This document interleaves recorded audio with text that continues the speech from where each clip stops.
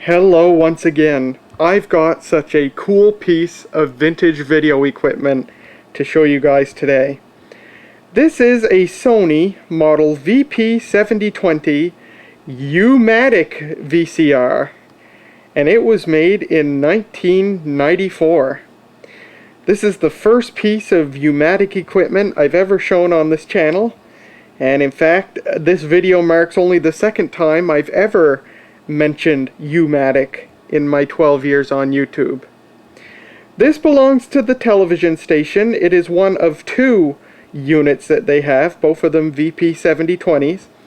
This one is currently taking up residence here because I'm using it to digitize all the U-Matic cassettes that the station has in its archives, something that I have been greatly enjoying doing.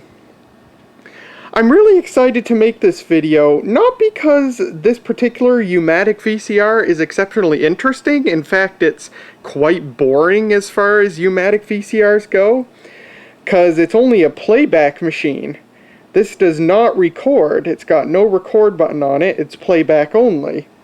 So forgive my use of the acronym VCR in the title of this video. I used it because that's sort of a colloquial term that everybody recognizes. But it's not this VCR that makes me really excited to make this video. It's just talking about the history of U-Matic. U-Matic has such a cool and, in my opinion, really fascinating history. And I'm really excited to lay it out in this video. The other thing is that since I've been using this VCR and doing all the digitization work, I have fallen severely in love with U-Matic, just the format in general. It is by far the coolest video cassette format in my mind. I just love it so much. And probably the biggest reason I love U-Matic so much is that it's huge. The VCRs are huge and the cassettes are huge. This is a U-Matic cassette. This is a Sony KCA 60BRS. This is a standard 60-minute U-Matic cassette. U-Matic has a maximum recording time of 60 minutes. And this is a huge and very heavy cassette. Let me set it down here. I got a VHS here for size comparison. There's a VHS. You can see much smaller. And here's a Betacam tape. Smaller still. U-Matic is one chunky system. Chunky VCRs and chunky video cassettes. I love it. So, let's talk U-Matic. What's the history of U-Matic? Well, U-Matic is actually the very first video cassette format. It precedes every other video cassette format, VHS, Betacam, Betamax. It precedes all of them. In fact, U-Matic is older than Type-C videotape, the 1-inch wide reel-to-reel videotape that was the broadcast standard for a long time. U-Matic is older than Type-C. The only videotape standard that precedes U-Matic is quadruplex, the original videotape standard that Ampex invented in 1956. U-Matic was the second ever standard videotape system. Well, kinda. There were a couple other videotape formats at the time of U-Matic's introduction. However, none of them ever became a standard in the broadcast industry. They were either tried on the home market or they became used in the educational or industrial markets. One was Type A videotape, which Ampex invented in, I believe, 1965, and it was a 1-inch black and white format. And then there were a couple of attempted home reel-to-reel videotape formats. They were 1/2 inch wide, black and white, in the 60s and 70s, and none of them ever really caught on. So when it comes to formats that gained widespread use in the broadcast industry, U-Matic was second only to quadruplex. Sony came out with U-Matic in 1971, and they originally intended it for the home market. U-Matic failed spectacularly in the home market. It was just too expensive, and it was such a new concept. Videotape recording in general was such a new and foreign concept to people that if people weren't immediately put off by the price, they just looked at it and said, I don't know why I would want this in my home. You know, the concept of recording television or anything, people just didn't get it. It was too new. The public wasn't ready.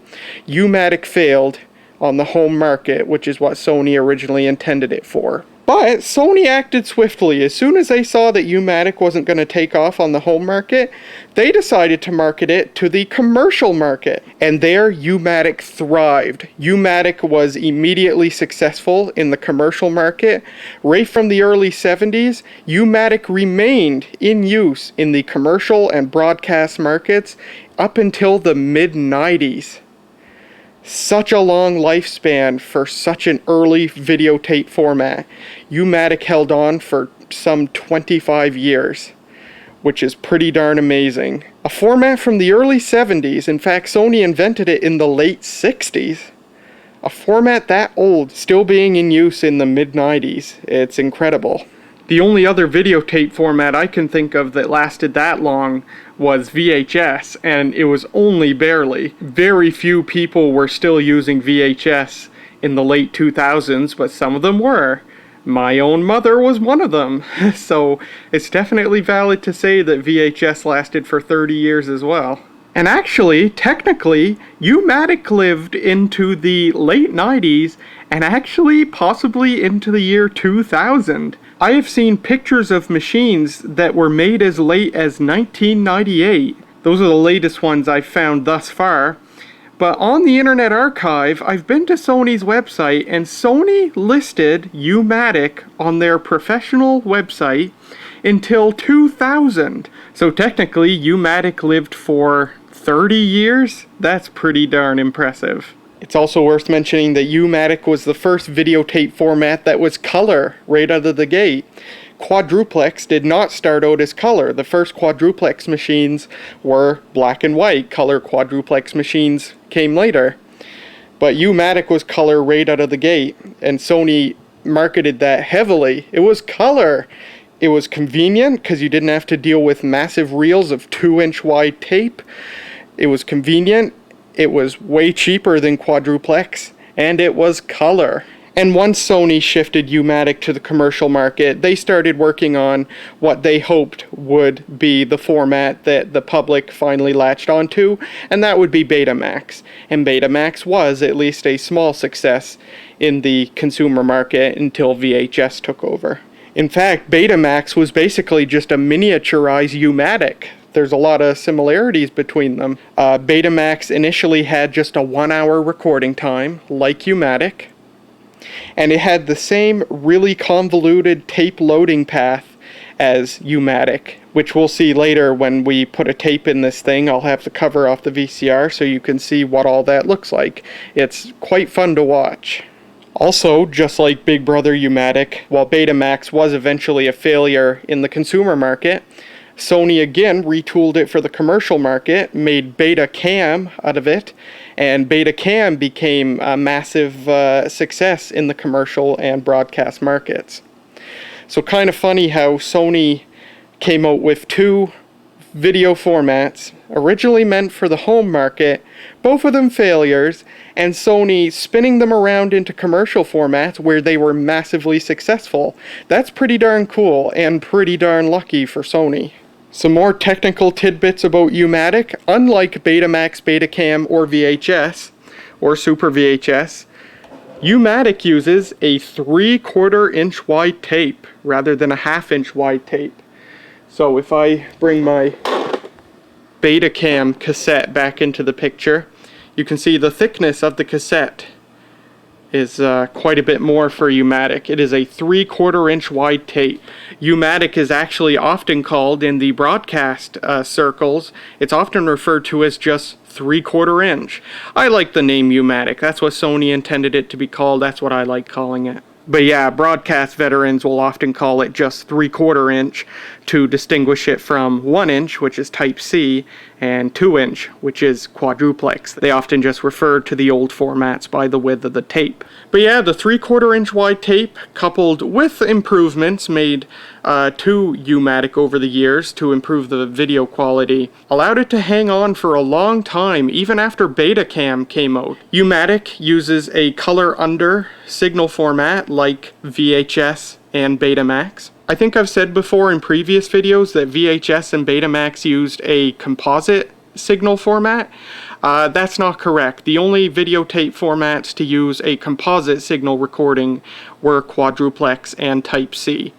VHS, Betamax, U-Matic, Video 8 and High 8, they all use what's called a color under system, which basically means rather than the video signal being composed of one composite signal that's recorded onto the tape, it is split into two components: the luminance, which gives you your brightness information, that gives you your black and white signal, and the chrominance, which is your color information. In a color under system, the luminance and chrominance are recorded separately because that allows both pieces to be shrunk and allow a decent quality signal to be printed onto a narrower tape. It would have been very difficult, if not impossible, to record a composite signal onto U-Matic tape, and definitely not VHS or Betamax tape.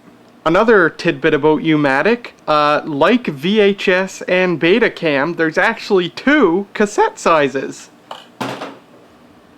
This is a U-Matic S cassette, a smaller version of the standard U-Matic cassette, meant for use in portable VCRs in the field.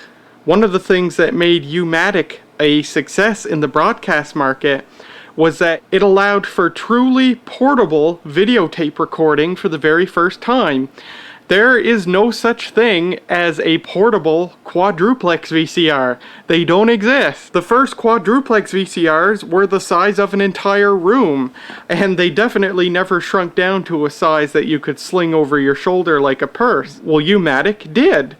Almost right out of the gate, U-Matic had portable battery-powered VCRs.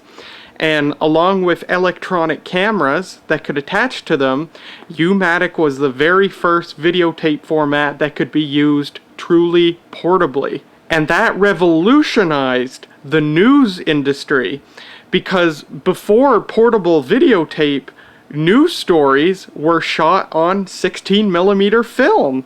And then the film would have to be developed, and if you rushed it fast enough, maybe the film would be developed in time for the evening news.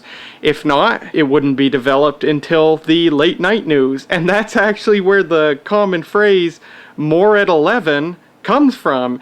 The actual origin of that was oftentimes on evening news on television, they would say, "Film at 11". They would give you the story, but they couldn't show you any video because it was still being developed.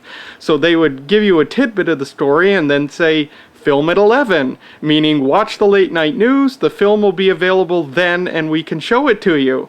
Well, once U-Matic came out, that wasn't a thing anymore. You shot it on videotape, slapped the tape in a studio VCR, and it was immediately ready for broadcast on television.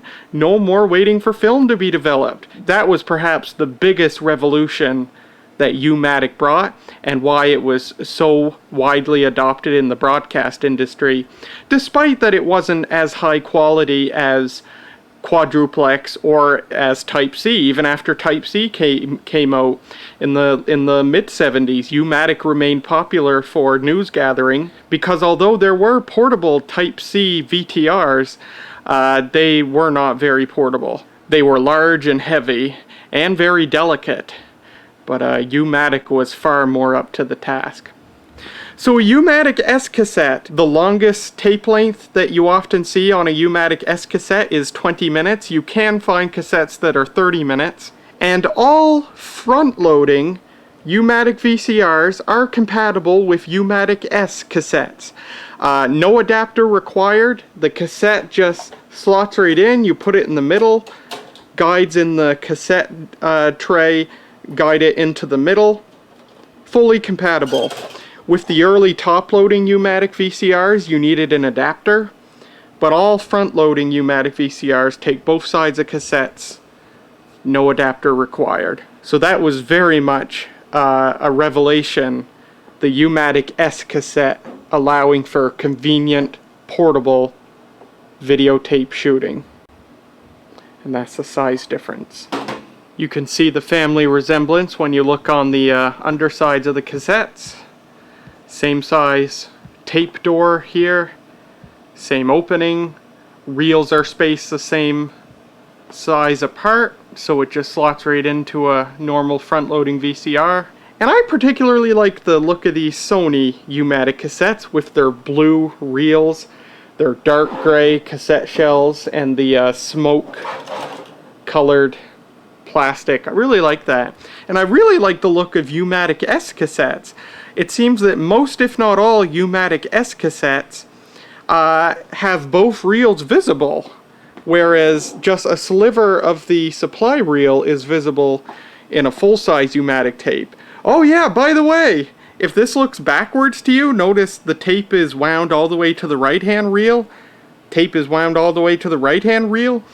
U-Matic is backwards from pretty much all other videotape formats. The right-hand side reel is the supply reel. The left-hand side reel is the take-up reel. So the tape actually moves from right to left. But it doesn't stop there. It gets even weirder. Watch what happens if I turn the take-up reel here. Watch this. If I can do it here.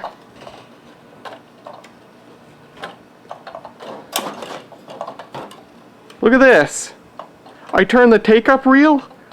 The supply reel is moving in the opposite direction. The reels in a U-Matic cassette rotate in opposite directions. Isn't that weird? I have no idea why they did that. So I'll demonstrate with my finger here how the tape is actually wound. So on the supply reel, the tape unwinds in this direction, and it goes up here, across, and then down the outside of the take-up reel. So it starts on the inside of the supply reel, goes to the outside of the take-up reel. Really, really interesting. Don't know why they did that. Certainly nothing wrong with doing it that way, but very interesting nonetheless. More technical tidbits. Like Betacam, U-Matic actually had iterations over time that improved on the video quality. Standard U-Matic has a resolution of 240 lines of luminance resolution and 30 lines of chrominance resolution. That puts U-Matic at about the same quality as VHS and Betamax. By comparison, Quadruplex has 400 lines of luminance resolution and 120 lines of chrominance resolution. So U-Matic was not nearly as high quality as Quadruplex, but of course the lower cost and the convenience and the portability is what made it a success in the broadcast market regardless. However, in 1986 or 87, Sony released a series of VCRs that used an improved version of U-Matic called U-Matic SP. U-Matic SP uses the same cassettes as standard U-Matic, but the recording signal itself has been improved for higher quality video, slightly. U-Matic SP has a resolution of 330 luminance lines and still 30 chrominance lines. So that puts the quality of U-Matic SP between VHS and Super VHS, but nowhere near the quality of Betacam SP, because Betacam SP had 100 lines of chrominance resolution, which is definitely a big difference from 30 lines of chrominance resolution. But yeah, U-Matic SP, a slight upgrade in video quality. And the nice thing is, it was backwards and forwards compatible. U-Matic SP VCRs can play ordinary U-Matic recordings, and U-Matic SP recordings will play in a standard U-Matic VCR, just without the benefit of the U-Matic SP resolution. So this particular VCR is not a U-Matic SP machine, it's only a standard U-Matic machine. Standard U-Matic machines held on for years after Sony introduced U-Matic SP as a cheaper alternative, particularly for the educational and industrial markets. But even in the case of the broadcast market, some television stations, like the one that this machine and its sister machine back at the station came from, it just used ordinary U-Matic. They never used U-Matic SP. Or at least if they did use U-Matic SP, they still kept ordinary U-Matic machines around. I think the last of the ordinary U-Matic machines were made in 1995, whereas the last of the U-Matic SP machines were discontinued sometime between 1998 and 2000, as I mentioned earlier. And there were portable U-Matic VCRs that took the U-Matic S tapes that recorded in the U-Matic SP format. So such a tape would correctly be called a U-Matic SSP tape. Here's a U-Matic cassette case. U-Matic cassettes come in these really hard plastic, really durable cases that kind of open up when it's closed. It's like this, and then you've got to like lift this tab and slide, and then it comes open. Now notice this red button here. If I turn these cassettes around, this cassette has a red button on it, this one doesn't. That's your record tab. When that red button is in place, you can record on the cassette. If it's not in place, the VCR will not allow you to record to the cassette. And it's such a nice system because it's not destructive like the record tabs on VHS tapes. You can remove it and you can put it back on. It just pushes. Well, this one's gone all loose and floppy for some reason. You can just push the button into place and it'll stay there. The cases that U-Matic S cassettes come in aren't quite as impressive. They're not quite as heavily built. But it's still a nice hard plastic case. Certainly beats the paper case that a VHS comes in. Many U-Matic tapes do not age well. 3M tapes, I have found in particular so far, are really bad for developing something called white powder syndrome. And it's where some sort of chemical reaction happens that creates this white powder on top of the tape reels and in between the layers of the tape. And in a lot of cases, that white powder sort of makes one layer of tape bond onto the layer of tape below it. So I wrote for this tape, very broken tape, multiple splices. This tape broke 3 times in my attempts to digitize it. I did eventually get it digitized, but the tape snapped 3 times and I had to splice it back together with sticky tape to make it usable again. Yeah, really, these 3M tapes in particular, really bad for that. And when it's not white powder, it's a lot of U-Matic tapes, especially older ones, develop something called sticky shed syndrome. A lot of videotapes do that, not just U-Matics. Sticky shed syndrome is when the binder, the chemical that binds the oxide to the acetate tape, that chemical like becomes unstable and starts flaking off, and it gets really sticky. So it makes the tape very hard and in some cases dangerous to put through a VCR, because the parts of the VCR, especially the head drum, can fetch up on it and bring things to a screeching halt, and if you're lucky, break the tape. If you're not so lucky, break the VCR. But also the sticky stuff rubs off onto the guideposts in the VCR mechanism or onto the video heads, and it's very, very, very hard to clean up. So I haven't encountered any tapes that have sticky shed syndrome so far. I've just encountered a few of these 3M tapes that have like a layer of tape bond onto the layer below it, and then snap while the tape is playing. But usually when I'm lucky, they just have the white powder, and what I do is I put the cassette in the VCR, take the cover off the VCR, and before I transfer the tape, I just fast forward through it while pinching the tape in between a tissue, and it just rubs all the white powder off it as the tape travels from the supply reel to the take-up reel. And after every single tape, I clean the video heads and the audio and control heads. I clean the whole mechanism between every single tape I do, because most tapes I do have that white powder going on. These 3M tapes are the most common ones I've run across so far. I've only come across a few of the Sony tapes, and I've only come across one Sony tape with the white powder. Sony tapes seem to do better. But yeah, that's something to watch out for working with U-Matic cassettes. For ones that don't snap and just have the white powder that needs to be cleaned off, they're good once you clean it off. They're perfectly good to go once they've run through and have all the powder come off them.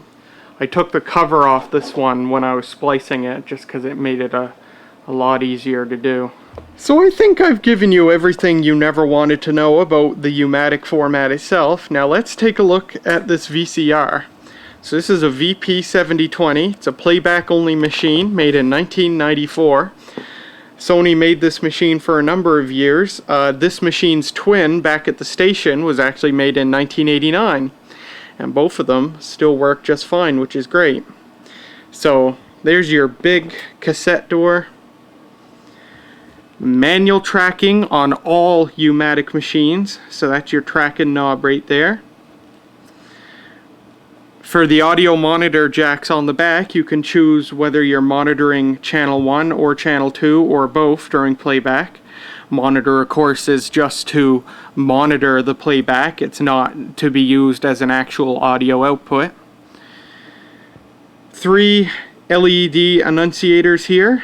Auto off, which I think is only operational if you have this machine hooked up to another machine, and so when this machine plays its tape and automatically starts the other machine playing or recording, that auto off light will turn on. You got a standby light that lights on when that lights up when the machine is in the process of threading or unthreading the tape. And you've got frame code when the machine is in frame code mode, when you're using it to dub a cassette to another machine. This VCR was designed to be hooked up to a recorder in a special configuration for dubbing and starting playback from one machine to another and stuff like that. Your tape transport controls: eject, stop, rewind, play, fast forward, pause. LEDs for most of these buttons. And you have forward and reverse search as their own separate buttons, which I quite like. Your programmed operation mode: middle position off normally. If you have it in the upper mode, this machine will play its tape, and then it'll cue a second machine to start playing its tape. And I'm not actually sure what the bottom mode is for. Couldn't tell you. You have this mark in A and B. That's for use with when this thing's hooked up to a second machine. That is an LED display. Here's the power switch. We'll turn it on. Hit the counter reset here. So this is your tape counter. Very nice. And then this switch, you have either control mode, which is the normal mode, or frame code mode. And you also have a timer mode. If off as normal, if you put it in play mode, put a cassette in the machine, leave the machine turned on, but have a timer at the outlet that leaves it turned off until a particular time of day, then when power is applied to the machine, it'll automatically start playing. And then possibly the weirdest control on this is on all U-Matic machines, at least the full-size ones, this skew control. This is a mechanical control that adjusts the tape tension around the head drum. Its purpose is to correct skew, which can sometimes occur at the top of the video in a U-Matic recording. If the top of the video has like a slant to it, that can be used to correct that by adjusting the tape tension. Kind of interesting. Normally you just leave it in the middle. And that's about it for the front of the machine. Let's take a look at the back. Allow me a few minutes to get this thing turned around. This thing weighs about 35 pounds, which is very light for a U-Matic VCR. The broadcast grade U-Matics, the ones with the model number that start with BVU instead of VP or VO, they could weigh up to 65 pounds. The early U-Matic machines, the top loaders, they could weigh up to 75 pounds, which I can't even imagine, and they were far larger than this machine. So here we are on the back. We've got a TV output. I'm not sure if that's RF or if that's RGB or S-video or what, I don't know. We have our ordinary composite video output, BNC jack, and I have this BNC to RCA adapter. Sync in port for broadcast use, your audio monitor, and your audio out, standard RCA jacks. Fancier U-Matic machines would have XLR jacks for the audio. And then you have an RF output. I don't know if that'd be channel 3 or 4 or what. Maybe you can adjust it when you unscrew this panel, I'm not sure. That's an output for television. That would be if you wanted to monitor the playback of the machine just out through the television. And that's about it. Big heatsink on the back for the power supply. And our info plate there. 58 watts is what this thing is rated. And the date code 94B, that's the second quarter of 1994. And of course this was made in Japan. Now you might notice that there's no screws holding the top cover on. Actually, there's just one screw right there holding the top cover on. And that's how I got this thing. And the other machine at the station is no better. As it turns out, in the broadcast industry, it was very common to just leave the covers off these, or at the very least just leave all the screws out so the cover could be removed quickly. And I guess that was because you often had to get in these things fairly often. And of course, being a mission critical piece of equipment in the broadcast industry, it was really important to be able to do that quickly. I don't know if it was common for heads to clog or the tape to misthread or what, I don't know. But that was what people often did. The station manager did tell me that at least on these particular machines, they had a minor issue, common issue, easily fixed, with the tape loading mechanism jamming. And the only reason is just because it basically lack of lubrication causes it to jam at a worm gear. And once it jams, the machine goes into safeguard mode. And if you turn the machine off and back on, it'll try again to thread or unthread the tape, but it'll just jam. It usually doesn't unjam itself. You actually have to go in there and you have to turn the loading pulley by hand to unjam it, and then it's good to go. This machine was like that when I first tried it. The other machine wasn't, surprisingly, the one from 1989, but this newer one did jam.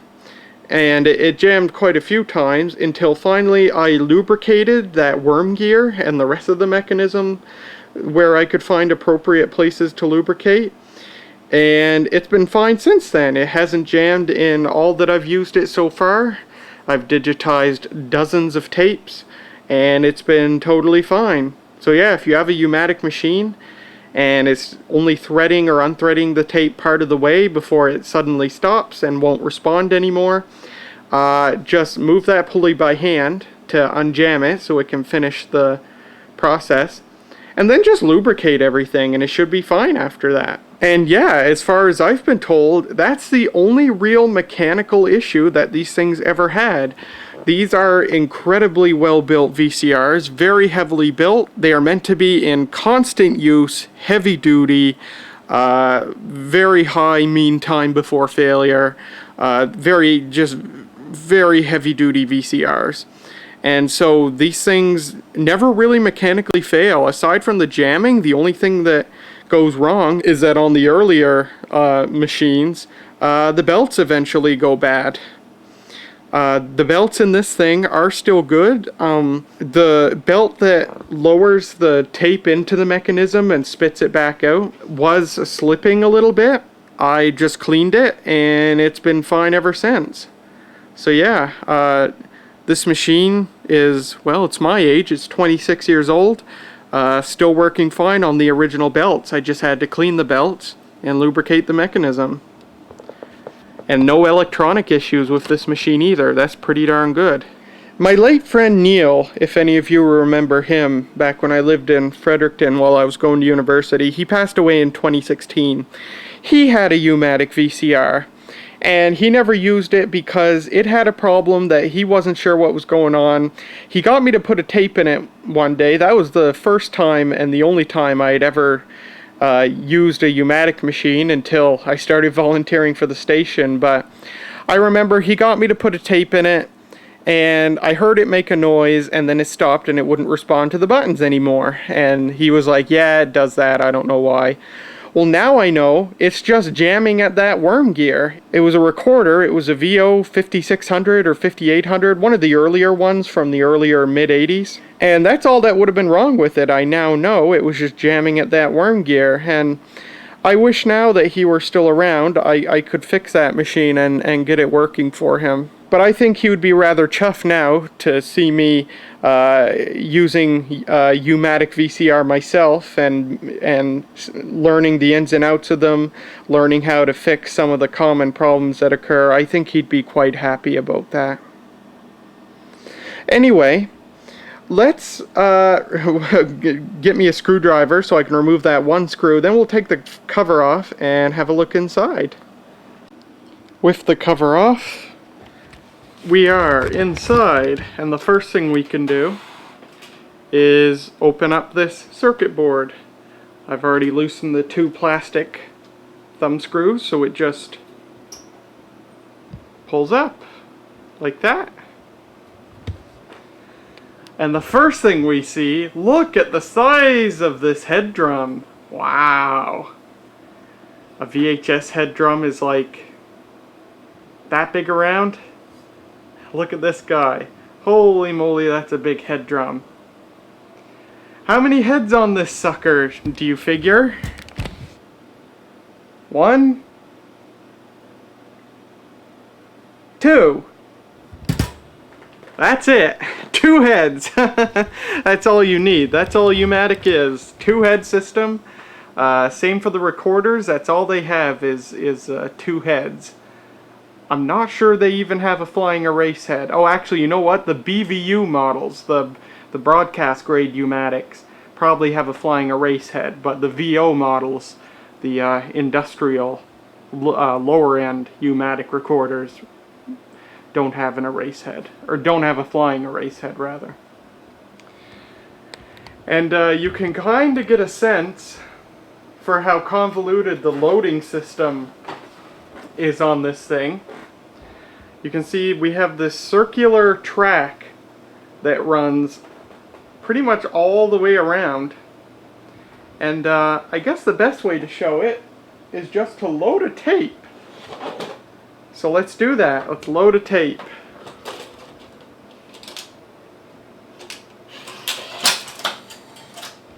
So when you load a tape, the first thing it does is just partially pull it out. And from here, you can rewind or fast forward. So I'll hit fast forward here. The head drum spins up. And we are fast forwarding. And we can see the tape counter there, real-time tape counter. Oh, and I forgot to mention, there are orange LEDs that light up the cassette compartment when a cassette's in. And when a cassette's in, this metal mirror comes down so that you can actually look in and see how much tape is left. Even though you can't look down at the tape, you can only look forward through this door. But they give you a little mirror. That's really nice. And same thing for rewind. Actually, what I'll do is I'll put in the U-Matic S cassette, because with the U-Matic S cassette we can see the reels turning a lot better. So this is a U-Matic S going in.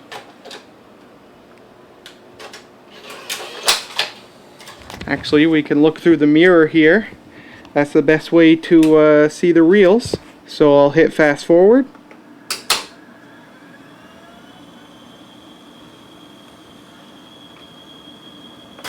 And rewind.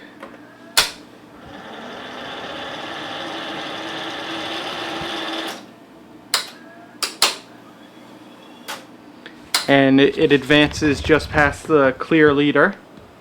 And most U-Matic tapes I found are very, very noisy when you're rewinding them and they almost get to the end, or you're fast forwarding and it almost gets to the end of the supply reel. They get really noisy. The tapes are just mechanically very vibraty and noisy.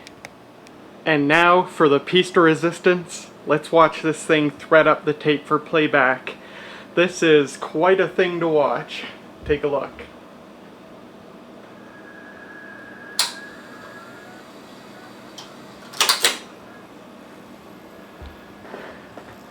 How about that?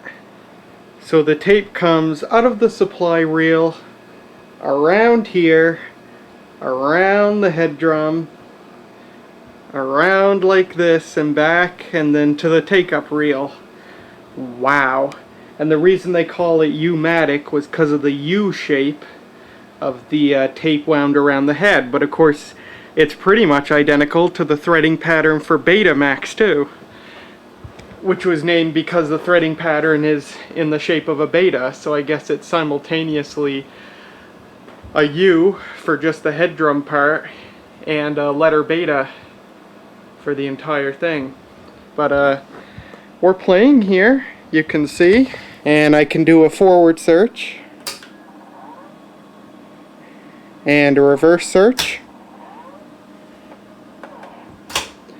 You can pause.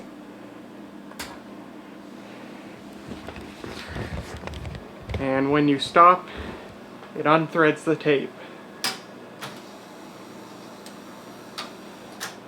Wow, let's see that again.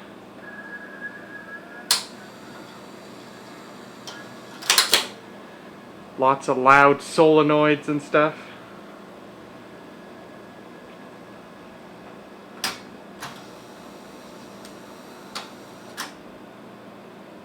So there you go. That's what it looks like. So if I may eject the tape for a moment, that is the worm gear that sometimes causes jams on these machines. And when such a jam happens, all you have to do is turn the machine off and then rotate this pulley and then turn it on, and it should be able to unthread itself. And I just stuck a bunch of lubricant, white lithium grease, on the worm gear and those gears, and on some of these wheels and other stuff. This whole entire track is one long gear that runs in mesh with this gear. So lots of stuff to lubricate. Once you do get it lubricated, it all works fine.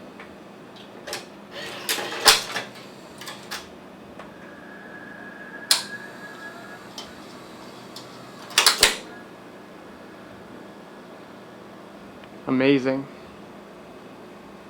So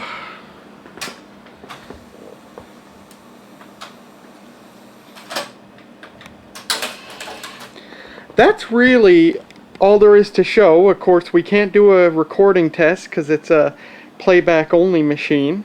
But what I can do is show you some footage from the several dozen tapes that I've digitized so far. this footage came from Fredericton Cable 10, later Fundy Cable 10, a community television station that the station manager worked at before he moved here and became station manager for the station here. Fredericton Cable 10 operated until 2000 or so, when it was bought by one of the major television conglomerates here in Canada, and then it was passed on to another television conglomerate who promptly shut down the station. So when the station was shut down and the person who's now the station manager here lost his job, he took as many tapes as he could from the archive because he knew it was gonna all be destroyed if he didn't take it. So that's what I've been digitizing. All these tapes come from Fredericton Cable 10, and most of the footage I've been doing is from the late 80s, early 90s. The newest tape I've found so far, I've found one tape from 1995, which I believe was the year they quit using U-Matic and they switched to Super VHS for a short while before going to Betacam SP. And the earliest tape I found is from the mid or late 70s. It was a training tape. And I'm going to upload that whole training tape on YouTube because I think it is just too damn cool. It's full of really psychedelic music and some really primitive graphics, because of course community station, they had no electronic means of putting graphics on the screen, so they would literally just point a camera at a logo and use a chroma key or luma key effect to isolate it, and it was all really crude, and then couple that with really psychedelic 70s music. Really neat. I'm gonna upload that whole tape on YouTube. It's about half an hour long. It came off a U-Matic S tape. But what I'll do for this video is I'll show you a couple of quick excerpts from that tape and from some other tapes that I've digitized so far. Just show you some cool vintage broadcast media played off of a really cool vintage videotape format.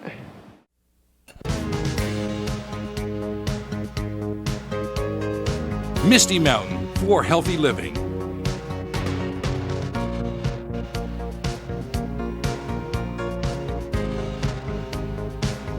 ISTS, Telab, Audiovisual Services.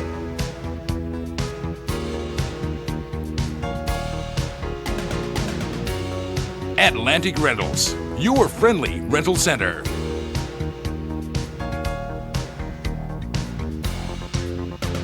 And the City of Fredericton.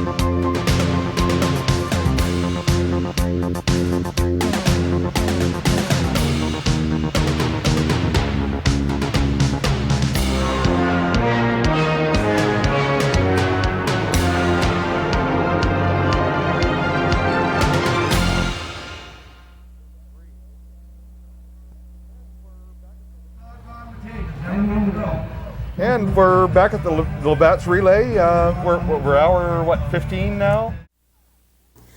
Hi, I'm Karen Roberts, inviting you to join us for Fundy Cable's grand opening of our new facilities at 377 York Street on Wednesday, June 16th at 7 p.m. here on Cable 10, your community channel.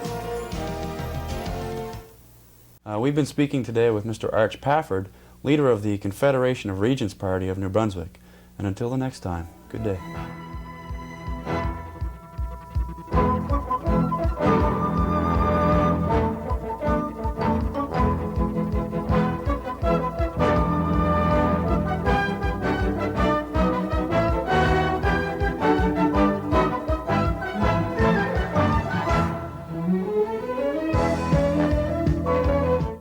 furnishings provided by Sears.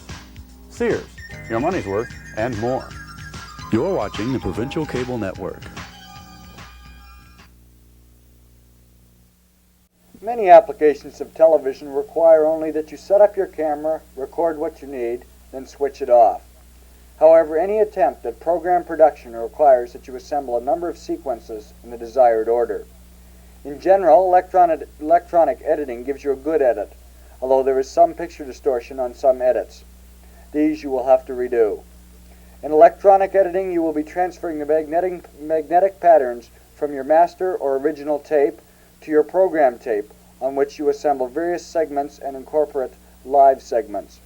This means that your final edited program will lose some of the quality, which occurs whenever you make an additional copy or generation of tape.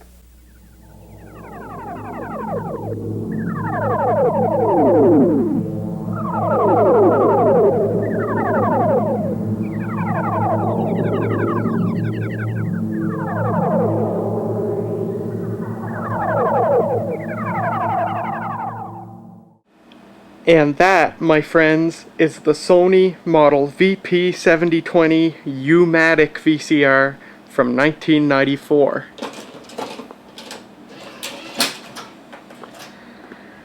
As far as U-Matic VCRs go, one of the more boring machines, kind of more plain Jane, featureless, but he certainly does the job.